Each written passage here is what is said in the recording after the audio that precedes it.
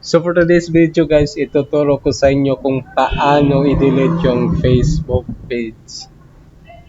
So sa ngayon kasi yung Facebook page ay parang complicated siya i-delete.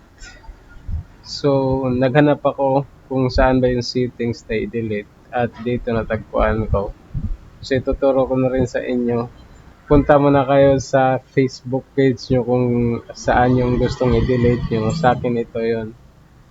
So, click mo tong account, itong profile sa gilid. Tapos, pinutin mo yung settings and privacy. Tapos, settings.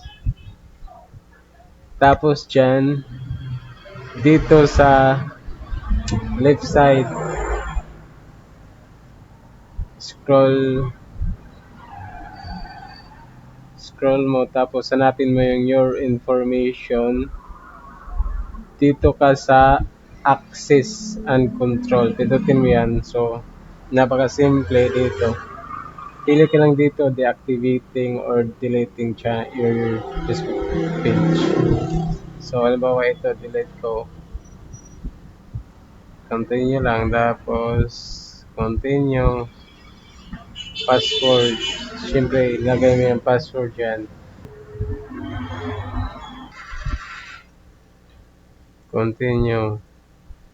Continue. So, ayan, na-delete na yung Facebook page natin. So, wala na yan. Tingnan natin, wala na. So, ganun lang kadali pala guys. So, ulitin ko. Halimbawa dito, sa main account ko to. Tapos, punta ka sa dito sa account na gusto mong i-delete. Halimbawa, ito. Tapos, punta ka sa settings and privacy. Tapos, sa settings ka. Tapos, dito sa left side, scroll mo lang. Tapos, hanapin mo yung your information. Tapos, access and control. Tapos, dito, delete. Tapos, pagkatapos ito, password.